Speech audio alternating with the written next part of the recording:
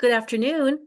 Welcome to Oh, Preservation Connecticut's Fall 2025 series, talking about preservation, our noontime chats about everything preservation. I'm Jane Montanaro, Executive Director of Preservation Connecticut, and I'm pleased to be your host. This fall series is a Preservation Back to Basics collection of chats, and today we're talking about a key preservation activity, community organizing.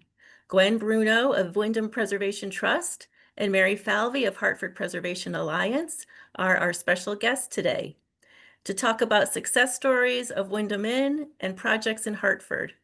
They will show us how seemingly hopeless situations can turn after years of determination and using the right tools and strategies. Before I hand the program over to Gwen and Mary, I'd like to take a moment to share with you information about Preservation Connecticut. Preservation Connecticut is the statewide, private nonprofit historic preservation organization founded in 1975 by a special act of the Connecticut General Assembly as the Connecticut Trust for Historic Preservation to preserve, protect, and promote the buildings, sites, and landscapes that contribute to the heritage and vitality of Connecticut's communities. We are statutory partners with the Connecticut State Historic Preservation Office, and I'm proud to say that for 50 years, we have successfully championed the protection of remarkable community assets all over the state by leveraging funding, advocating, forming partnerships, and promoting stewardship. Our office is located in the Eli Whitney Boarding House on Whitney Avenue in Hamden. It's listed on the National Register of Historic Places, and it's the only surviving residential structure of the industrial village that's centered on Eli Whitney's armory. And it has served as Preservation Connecticut's headquarters since 1989. We have a staff of 9 preservation professionals and a board of 21 conservationists from around the state. Staff listed here are always available to assist with inquiries. Christopher Wiegren is Deputy Director and Editor of Connecticut Preservation News, our acclaimed bi-monthly magazine. Chris heads our Preservation Easements program, survey projects, and gives wonderful architecture history, especially those exploring Connecticut architecture, stories of 100 places. Mike Farino, Director of Preservation and Partnerships, provides management of the field service team, including circuit riders and preservation staff, which includes oversight of grant programs, surveys, and other special projects. And through field service and outreach, he cultivates our partner network. Jordan Sorensen, Director of Strategic Initiatives and Operations, ensures that all of Preservation Connecticut's activities align with the brand and strategic plan. She leads the planning, execution, and monitoring of strategic projects and organizational business operations. Renee Tribert, Preservation Services Manager, provides municipal and developer engagement assistance, identifying planning and capital needs and an array of preservation solutions. Kristen Hopewood, Development and Outreach Manager, leads fundraising efforts, manages member and donor relationships, and plans community engagement and special events. Brad Scheid, Senior Circuit Rider. The Circuit Rider team is our signature program in providing on-site technical assistance. Brad leads Connecticut Environmental Protection Act interventions through community organizing and coordination of professional teams. Stacy Vero, Circuit Rider and Education Manager, responds to technical assistance inquiries around the state and provides an array of educational programs and talks, including training for members of local historic district commissions. Stefan Danchuk, Field Service and Program Coordinator, provides support to the Circuit Rider team with expertise in archaeology, grants, management, and social media, capturing drone images and creating video. These lunchtime chats have become an important and enjoyable tool for us to meet our mission. We're able to connect with the public in your mind. Please feel free to use the chat feature to ask questions directly at the end of the presentation, or contact us afterwards for a call or a site visit. Next week, our Back to Basics series will focus on windows.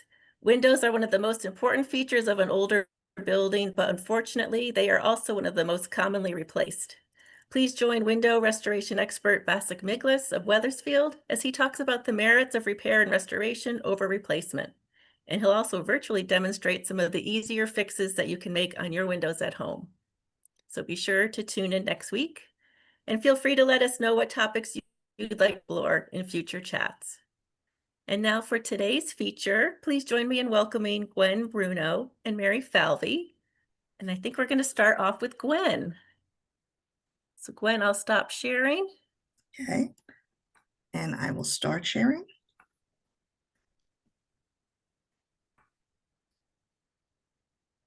Okay, everybody should be able to see my presentation. Yes, it's there. See it? Great. Okay, I want to welcome everybody. Thank you for joining us, and thank you to Preservation Connecticut for having me. I hope our journey, Windham Preservation Inc.'s journey, will inspire you to tackle a restoration in your own hometown. Okay, so I am president of Windham Preservation. I've just been elected to my 6th consecutive year, and the picture that you see on the front is the Windham Inn before we acquired it.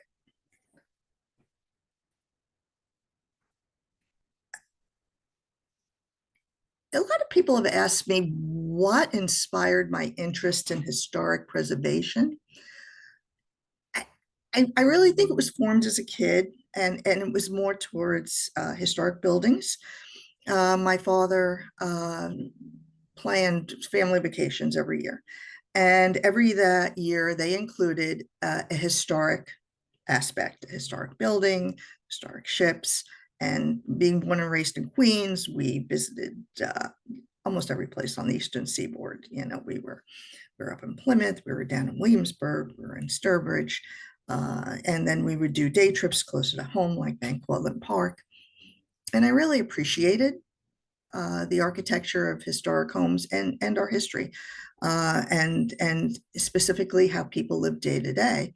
So of course I passed that on to my son, who today is 37 years old. But you could see, you know, Dan and I took a lot of historic vacations. I am, aside from being president of WPI, I am the proud owner of the Zephaniah Swift Woodworth House. Pictures that you see here. The Windham Inn is my 4th historic restoration. And I am also a Windham Centered Historic District Commissioner.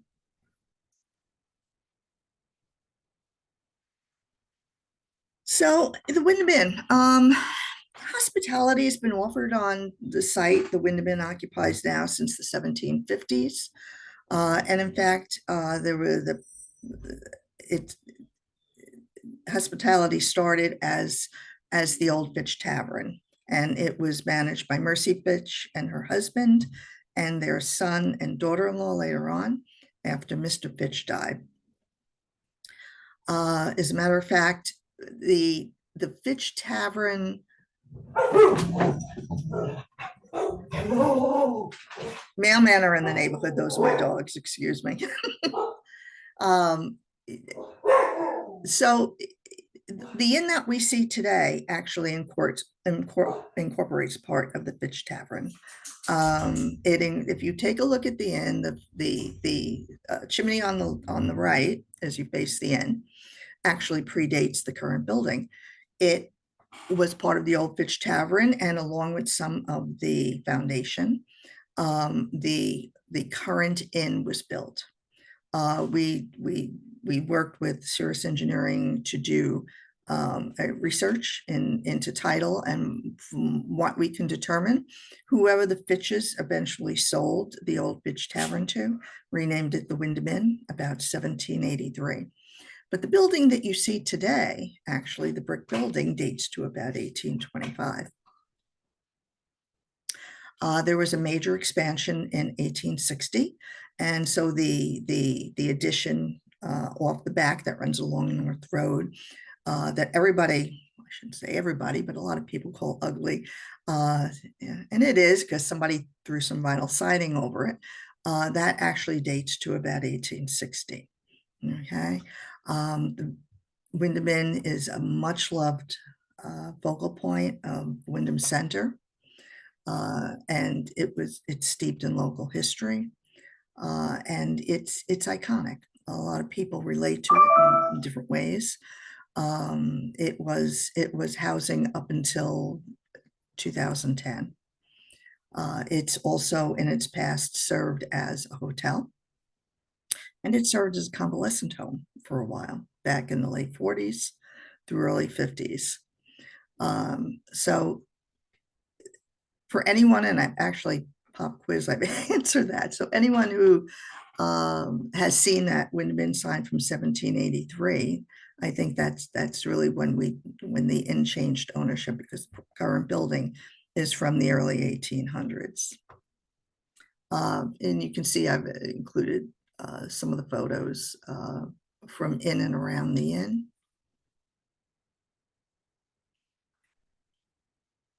Okay, so back in 2018, I had been a homeowner in Windham Center for about a year and a half. If anyone can have a crush on a house, I had a crush on my house, and I would follow this house for years as it went in and out of foreclosure and emerge.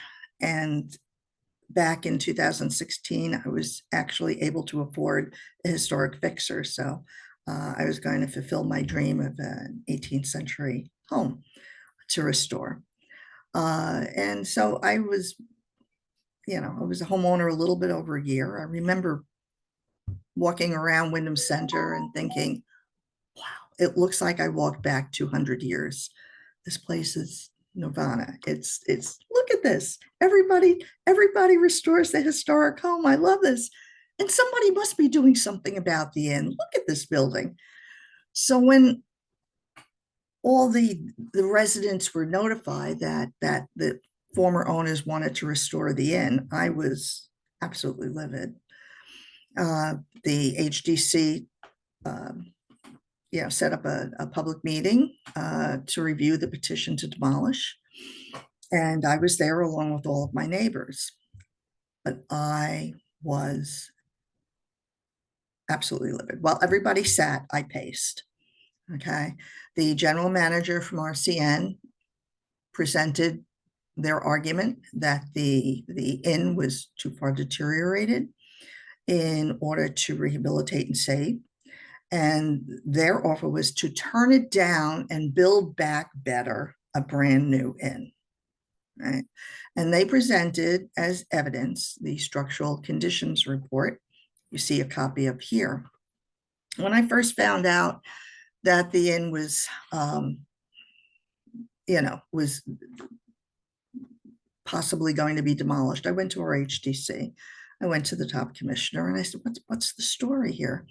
And I found out that the previous owner defaulted to a commercial lender who took the building back, sat on it for a while, and then decided that they were going to demolish it.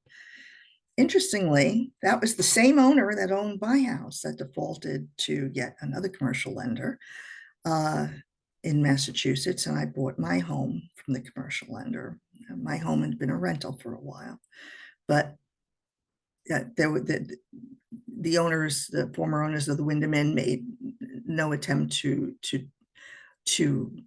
reopen the inn. They just kind of sat in their portfolio.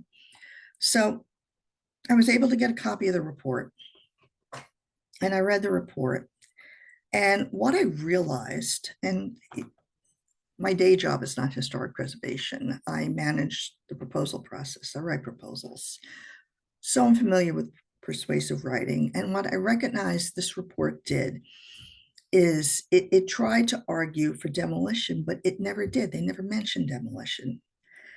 They peppered the report with words that would alarm people if you scanned it.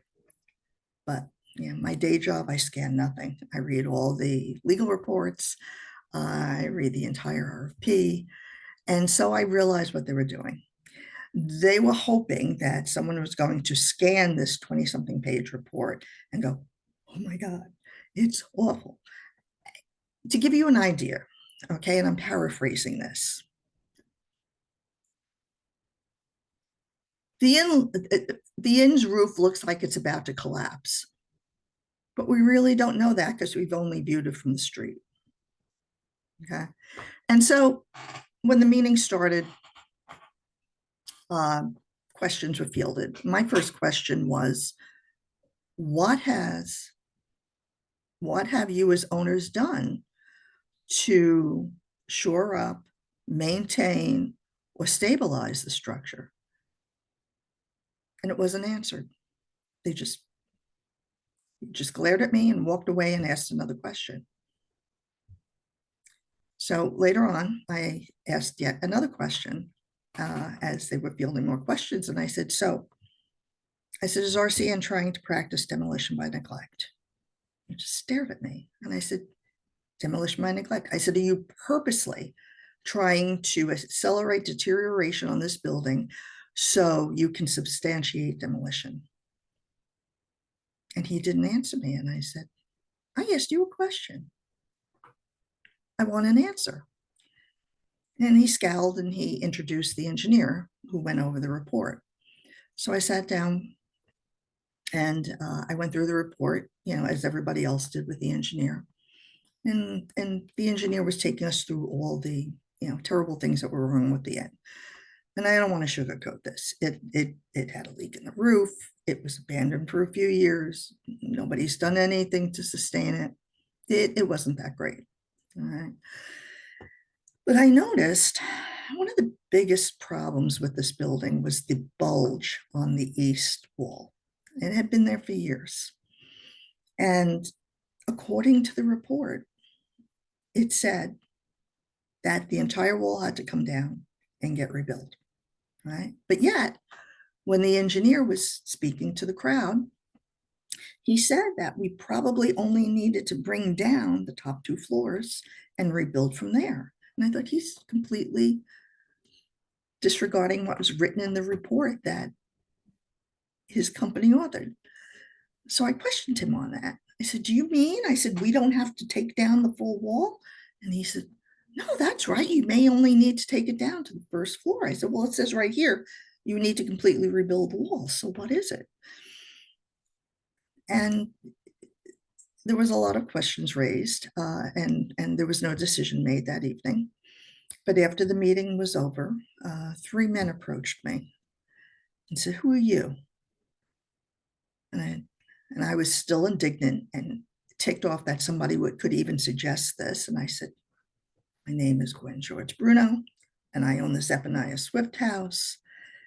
And they said, well, what background do you have on preservation? And I said, well, this is my 3rd historic home. And I was recording secretary for Milford Preservation Trust. And we worked with Preservation Connecticut at the time, Connecticut Trust, to save a historic building in Milford. And they said, so you know about this? I said, well, yeah, kind of. So, okay. They said, do you think you can organize your neighbors? If you can organize your neighbors, we'll incorporate you and we'll lend you our grant manager. And we don't think the inn needs to be demolished either. We think it's worthy of being saved. We just don't know how to go about this. And I said, so who are you? And it happened to be at the time the town manager, the town attorney, and the code director for Windham. And there were neighbors standing around me. I mean, this is really a page out of a nighttime drama. And they said, we're with you, let's organize. And that night we organized as the Committee to Save the Historic Windham Inn, and we later changed our name to Preservation Connecticut. So, I would think that maybe one of the main takeaways from here is absolutely unique community behind you. It makes it so much easier if you're not the only one fighting this. And to have the town behind us meant an awful lot. And they incorporated us. And we had a lot of work to do after that night. So one of the first things we did was we started an online petition to save the Windham Inn. It's still there. We originally got 1,800 signatures. That was reduced to 1,200 because now change.org has a widget that determines who signed more than once. So I guess there were a lot of people here who really wanted to see the inn saved. And one of the things I noticed going through all the signatures was there were a lot of out of town interest. The inn, the building was iconic, and it meant a lot to a lot of people, not just in Windham Center. Okay. Next thing we did is we invited circuit rider from Preservation, Connecticut to come. We were so excited, and Brad showed up, and really what he doled out was some tough love and some direction to us. He took a look at the building. He took a look at us. He said, have you decided how you're going to get this done? Do you have any idea how much work this needs? It's like, yeah. Well, I said, we're going to go for grants. He says, well, $10,000 isn't going to, make a dent here. It's like, we'll go for another grant. We can do this. We can do this. So I identified a source of funding that Windham got every year, and it went towards their public housing. I think it was HUD based. And I said, we'd like to get in on this. We'd like to apply. He says, well, we apply for the max every year and we get it. We need to send it towards, our public housing. I said, how many years in a row have you gotten this funding? And he said, well, it was several years. I forgot what it was. I said, well, now it's time to share, because we need to rehabilitate this back, probably to housing. We don't know. Okay. Went over like a ton of bricks, but we incorporated, we developed our first set of bylaws, and we started working with the Connecticut Urban Legal Initiative, because one thing we knew we needed was a nonprofit status. And we obtained that nonprofit status through Cooley. Okay. We also worked with other local organizations who were willing to support us, like the Mill Museum. We worked on a fiscal sponsorship. And I realized that after the meeting, I may not realized, I knew that after the meeting, we still own the inn. And I needed to mend some bridges here. So I reached out to RCN and I said, look, it's obvious to you this is a very important building historically and in the hearts of so many people. I said, and I think that where there's a will, there's a way. If you'll allow us, we'll advocate for you. We'll work together with you. We'll volunteer our services. I've got a background in this. And they said, thank you very much. We have to try and collect our debt. We need to try for a year to collect from the former owner, but we appreciate your interest. So I extended the olive branch. So, and I would keep in touch. Several months later, I was reading a blog. I sign up to a lot of historic preservation blogs, and I just read. I try to absorb information. I really don't participate. But one day I happened to see two, and from the way they were discussing this online, I would think they would be art historians or antiquities dealers, but they were talking about the owner, the former owner of the Windham Inn, same guy who owned my home, got a hold of a gorgeous, gorgeous Georgian, I think it's a Georgian, in Scotland, and removed some historically significant stenciling and sold it at auction for $695,000. Yeah. I don't know if this is true. Not everything you see on the internet is true, but I did some research. I took their names. I looked them up online. They seem to be coming up in professional organizations, and they certainly sounded like they knew what they were talking about. And I collected all this information and I sent it to the RCN's attorney. And I said, look, and just what I said to you, I don't know if this is actually legit. It sounds legit. And by the way, I found out that he actually owns a home in Dutchess County and put it in his wife's name to protect it. Here's all my research, whatever you can do to it. And he said, thank you very much. And a few months later, I got a call from the attorney. He says, we are ready. We are ready to part with the Windham Inn, and we're going to sell it. We're willing to sell it to you. You have first dibs at it. We'll give you a good price. And I said, we're a nonprofit. We don't have any money. We'll take a donation. So we want a tax write-off. I said, we have nonprofit status. And so RCN Capital donated the Windham Inn to us. And that's how we became the proud owners. We also got it with over $8,000 in back taxes and no money to pay it off. So I went to the town and I said, look, we need to crawl before we can run. We're really trying hard here. We need this tax bill set aside. They said, there's nothing we can do. It's mandated. I said, if this can, I said, can you stop the accrual? And they said, no, we can't even do that. I said, something has to be done. I said, because I know the last thing you want to do is own this. And you may wind up owning it if we can't pay the tax bill. I said, maybe someday we can, but now we can't. So with ARPA funds, the state handed us 8,000, which we handed directly back to them, and the taxes were taken care of, and we took care of the balance there. And so now we didn't have a tax bill, but we went for tax exempt status, and we were awarded tax exempt status. And for those of you who understand, you need to operate. You can't earn any money from the building to qualify for tax exempt status. You need to operate in a certain capacity: a church, a school, a library, a museum, I think a hospital. So we decided that we were going to do museum activities. Okay.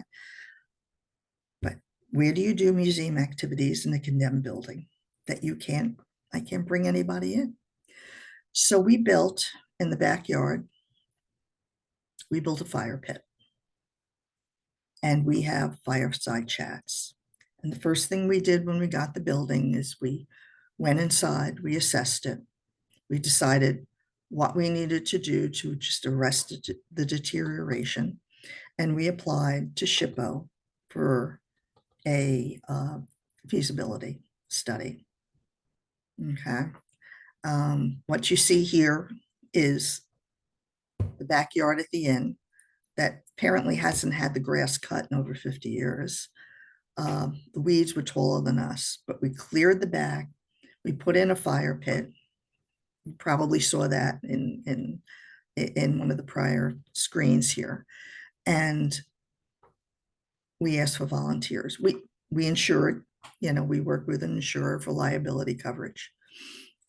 We did some risk assessment being held, with the insurance company, and we asked for volunteers. And to this day, we have cleanups, and it's volunteer run.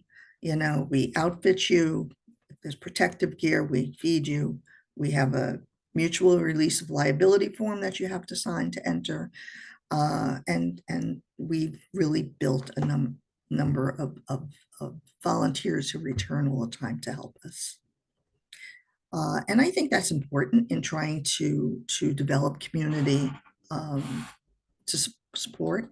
People want to help, but they may be able to help differently. And it's not only with money.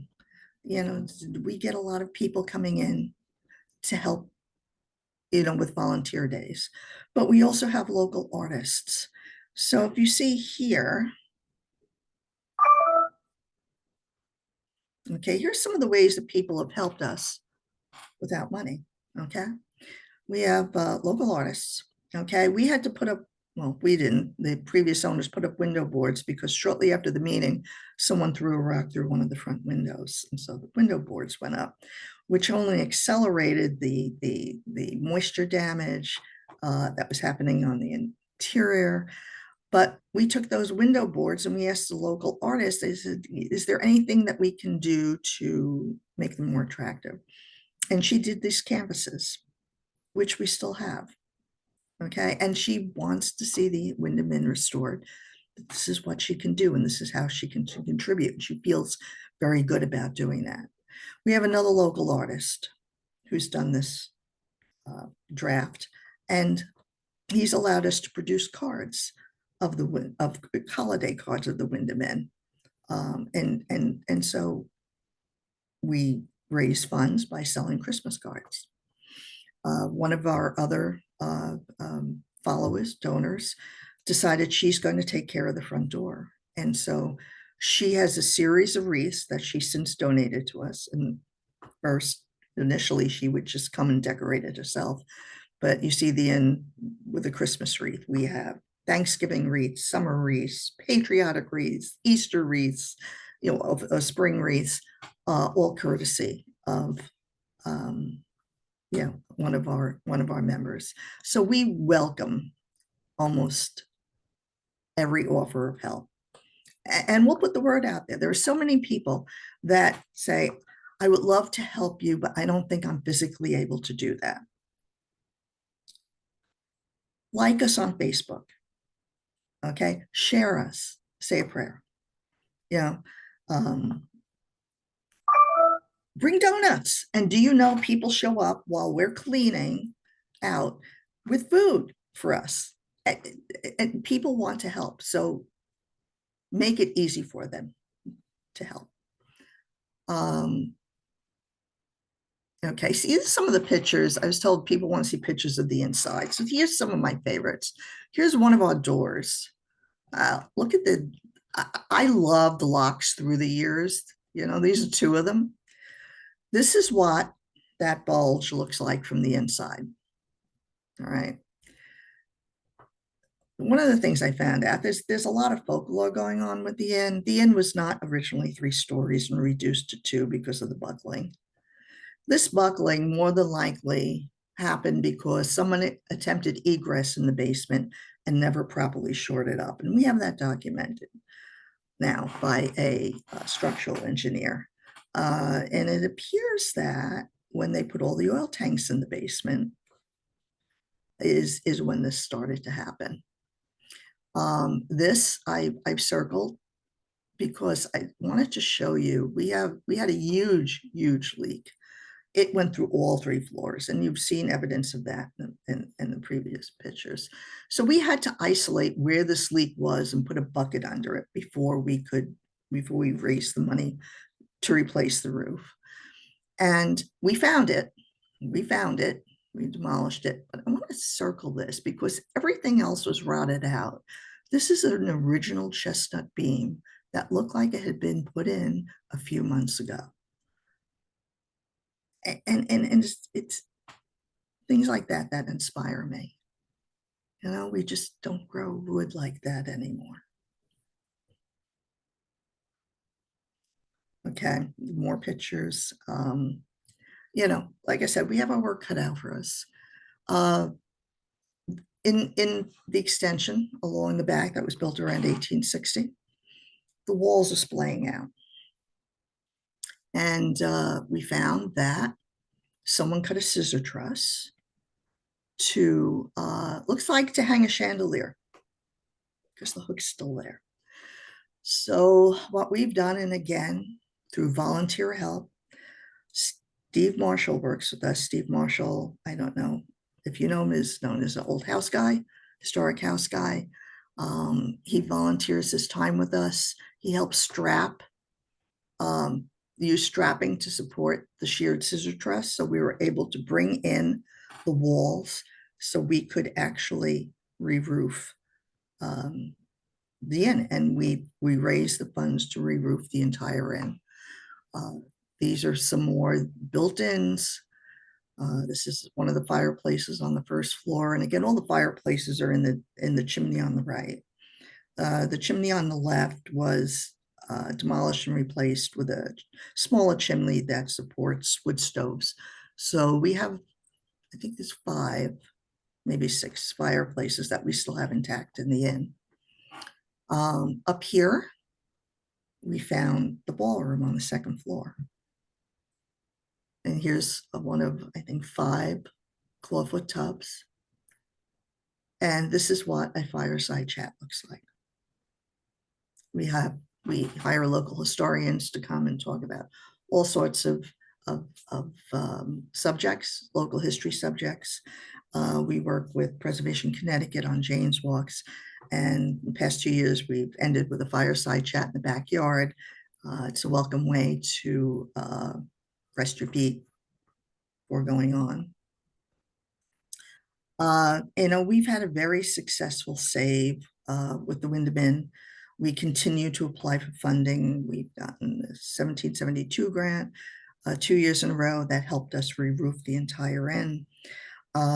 We have a lot of volunteer help. We've cleaned it out. There were 7 apartments, investor units in there. We're down to really close to what the inn was probably like in the 1860s. And we continue to work on this as we have funding. Most recently, we were awarded the Community Investment Fund for a survey and planning grant. So we are planning, and again, based on that feasibility study, we're working off their recommendations for housing. And we have some drafts, which I won't show you today because the board's still looking at them, for 4 and possibly 5 apartments. And we're going to maintain community space on the first floor for the town. Well, this is a fantastic story. Thank you so much, Gwen. Thank you. I was also asked to include, because Stacy and Jane know, there have been Can I yes. just interrupt you for a second? We're running a little short on time. We want to get to Mary. Okay. We'll leave you on a positive note with your save in progress. Okay. That's fabulous. Maybe in the conversation after, we might be able to get to some of this. Okay. Thank you, Gwen. Thank you. I'll stop sharing. Okay. And Mary Falvey, welcome. You're muted.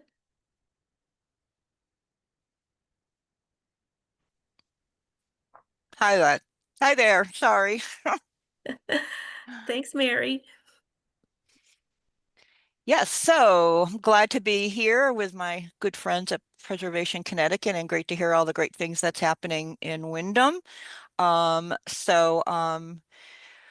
doing, you can do next slide, Stacy. Thanks. So just a little bit about HPA. We were organized in 1997 by a passionate group of preservationists, and our mission is to revitalize the historic fabric of Hartford, connect us to our heritage, and collaborate to impact community economic development by providing historic preservation and revitalization, technical assistance, education, and advocacy to those who live and work in Hartford. Next slide. So my mantra for achieving this mission is to educate, collaborate, and advocate. We try to reach as many people as possible to let them know what historic resources are in Hartford, why it's important that we need to preserve them and save them, and what tools are available to do that. It's also important for us to collaborate across a large cross section of the city, and to achieve our goals. And it's about community, bringing community together, because at the end of the day, I think preservation is about people, the people who built it, the people who designed it, especially the people who lived, worked, played, and worshiped there, and maybe most important, connecting today's community to buildings, sites, and places.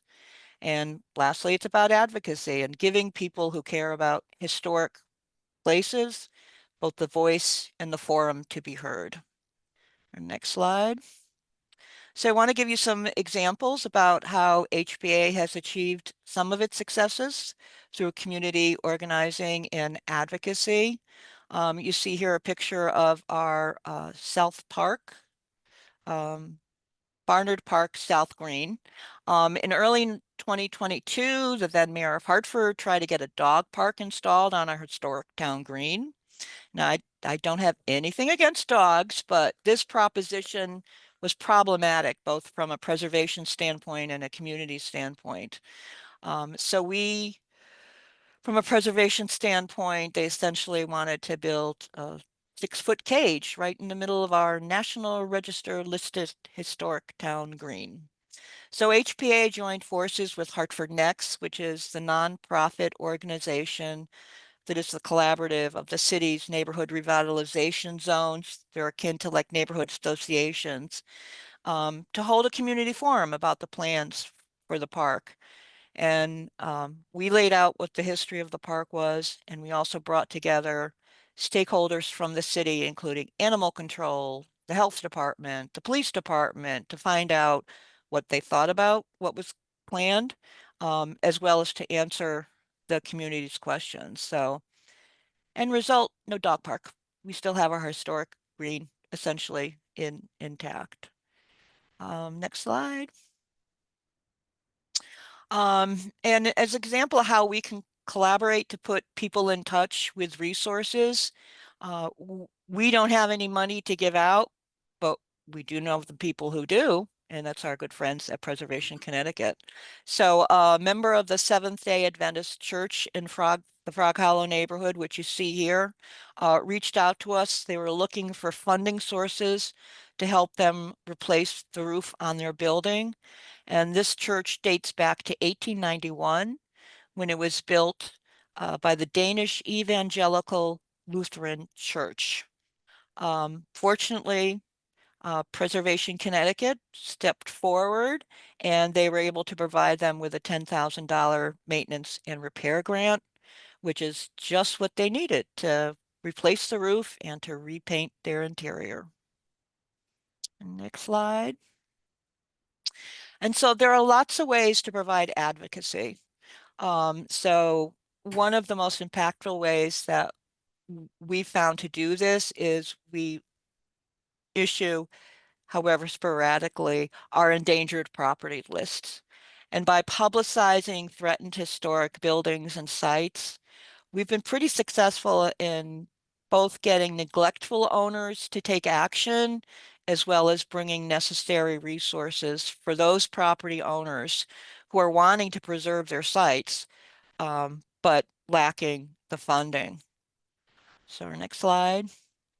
So one of the ways that early on when we did our endangered list, we borrowed, quote unquote, stole from the young Buffalo preservationists their idea of a heart bomb. So on Valentine's Day, they went out to Buffalo properties, and they are actually city owned, made, had a night before where they made handmade Valentines and placards, and went in front of buildings to bring attention.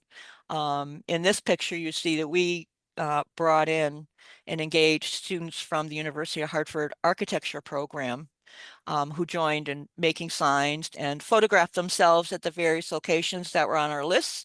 And then we got the photos going on our social media accounts. And next slide. So our endangered lists really garnish good media attention. We're extremely fortunate that Ken Goslin with the Hartford Courant will usually do a big feature story around our endangered list. And he has no problems getting us featured on the front page of the Sunday Courant, because these preservation articles are always the most read articles of the week. And that's something to think of if you're trying to pitch a newspaper or a media source to be involved in your cause. So you see here, this is Liberty Christian Church, corner of Vine Street and Albany Avenue, a major thoroughfare in Hartford. We were actually contacted by the city in 2022, right before we put out our endangered list, like a week before. The city was really concerned with conditions, specifically the steeple for the church. And the steeple and the portico actually date back to a previous building for the church from 1840. And the congregation had moved uptown around 1915, built a new building, but the architects salvaged the steeple and the original portico.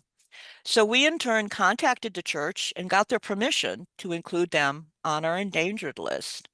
And Mr. Goslin, in his feature article, featured the church and interviewed the pastor and people in the community. It was picked up also by other print, and we got coverage on some television outlets, specifically also for this building. So it resulted about 2 weeks after our list got issued, I got a call from a staffer at Speaker Ritter's office that said the speaker wanted to put $1 million bond package together for the restoration of the church, and who do we send the form to? So I directed them right to the church. So they were able to get that funding, and also a Preservation Connecticut maintenance and repair grant to help. And we just had last fall a rededication of the steeple. So a great success for just getting the word out, because if people don't know, they're not going to do anything about it. Next slide. So this is Pastor Corey in front of the restored portico, and a great quote from one of their congregants as to why this is really important, that we save historic buildings for the people of today. So these are just some of the ways that we do community organizing, advocating, and educating to do preservation in our capital city. Thank you. Great, thank you, Mary, and thank you, Gwen. It's great to see both of the good work that your organizations are doing and how much it is a work of love. You need that one person out in front who's really the rallying cry, or that organization out in front that's the rallying cry. But then it's, working the network of all the wonderful supporters and partners and every other tool that you can grab to, make these things happen. So I will open it up to the floor if anyone has questions for Gwen and Mary. Actually, I have a question for Mary. Oh, okay. Okay. Mary, and I agree with you. You brought up an excellent point. There are reasons that historic buildings fall into disrepair. The owner may have come under adverse circumstances and can't maintain the building. But what I see a lot of, I think, is that there are people who just let buildings sit. They just are not responsible owners. And I'm not trying to characterize anybody. A lot of them are developers, and they think strategically that if, stop me if I'm wrong, I'm sure there's other reasons, but it just seems as if many times a developer, and I'm finding this in Willimantic as well, will let a building sit and just rot and ignore it and not do anything about it and say, we can't save it now. It's, it's past the point of no return. And I'm wondering if it should be incumbent on the towns to take possession of these buildings back, to foreclose on them, to push for the back taxes. It just seems like nobody's doing anything until it's too late. And I really wonder if maybe one of the solutions is a land bank where, where towns retrieve properties that have back taxes, and try and get them to the hands of people who can restore them. Yes, so that's a really good point. So Hartford has a really robust blight ordinance that's aligned with preservation. So just to give an example, my nemesis is Hartford Hospital. They own 20% of the blighted buildings in the Frog Hollow neighborhood because they've acquired them over the decades with the idea of future expansion and then never did anything. So we we collaborate again with the city. And so the pictured on one of my slides was the Levi Felt House on Jefferson Street across from the hospital. And again, people don't even realize that the hospital owns these properties. They just think, oh, you're in Hartford, it's a slum. Working with the blight, it was deteriorating. It was deteriorating. It got to the point where it looked like the front porch was going to fall off. Put in a call to the city. They said, you know what? They're really not playing, they're not giving us the information we want. They're not really playing ball with us. They sent the citation for the zoning violation because it's a violation of the blight ordinance directly to the COO of the hospital. Mm. That got attention. And so if you go by the building now, they've invested $2 million in restoring the building. Great. So that's one out of the ones we're chipping away at it. But a robust preservation, a blight ordinance can help to defer that. We also have a citywide preservation ordinance, which Okay. is prevents demolition in that you're not going to get approved for demolition if you're the one that let it deteriorate. We should talk about this. Okay. Yeah, absolutely. We have a more beefed up, more stringent demo ordinance, and they're trying to apply it, but we're coming up with some unique challenges. Yeah, it is challenging. So I know, I think there were a couple people had sent in questions ahead of time for Yep. us. Jane, do you want to read them or do you want me to do it? Stacy, do you have those handy? I do. So the first question came in, what is the purpose of organizing and where can we find alignment? So it's kind of an esoteric question, but I think, how do you sort of form community, Well, I can tell you that the Windham Inn, I'm in a community. I'm in a historic district commission, like in this historic district. So that community is already aware and has a heightened concern for preserving our historic structures. But I try to build community by reaching, by inviting opinion and trying to find common ground, and trying to educate. We rarely will turn down an offer of help, because if people feel that they can be useful and they're happy, that they can contribute, they're going to let their friends know.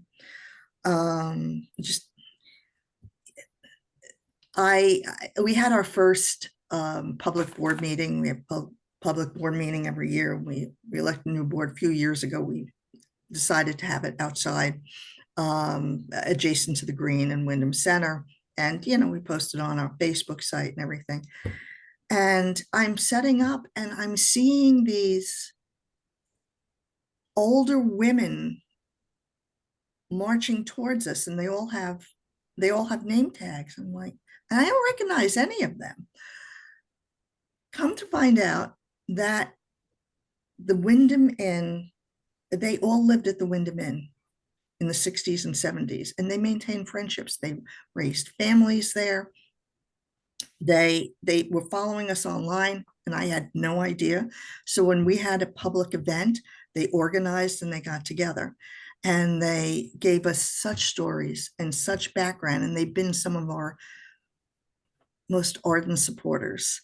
But people love stories about buildings. And for someone who's known the Windham Inn only a few years, it's hard to picture that it was once a loved and active and to just listen to the friendships that were made there, and the card parties and celebrating the holidays and the poor water pressure, and it was just it's really a gift. And I reach out. I try not to be an island.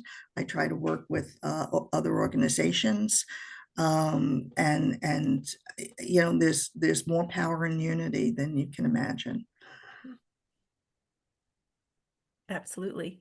Mary, Mm. did you want to add anything No, to I that? think that's a pretty good answer to that question.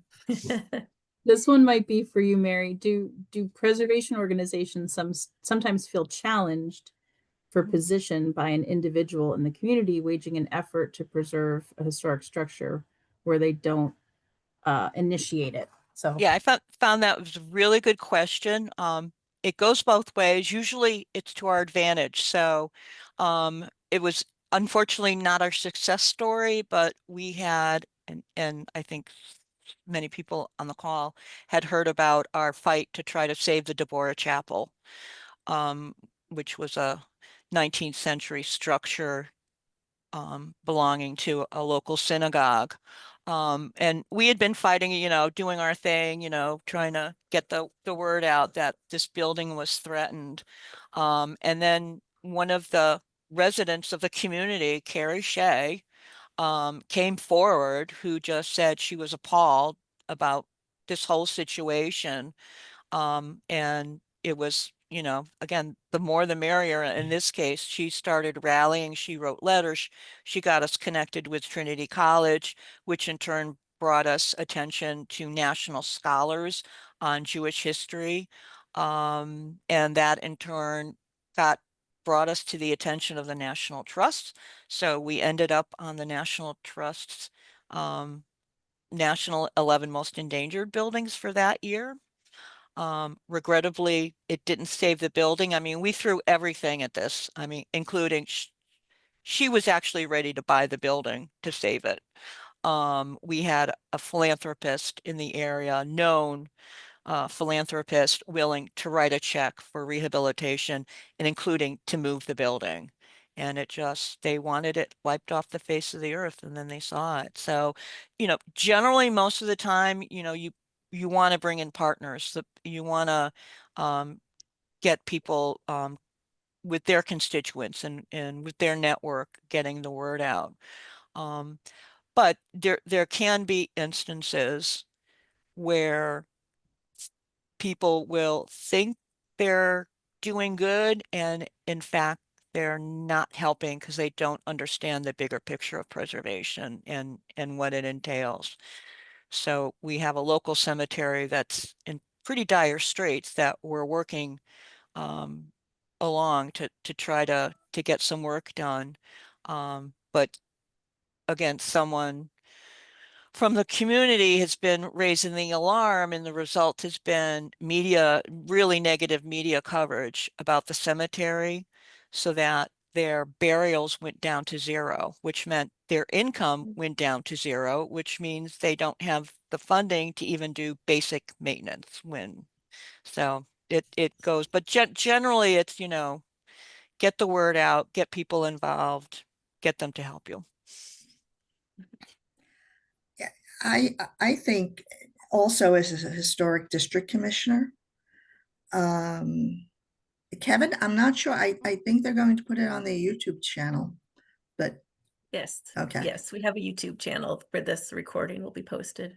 There is a group of people, and I think that they just really are not understanding, but there is the mindset where it's my building, it's my property, and I'll do what I want. No one's going to tell me what to do. And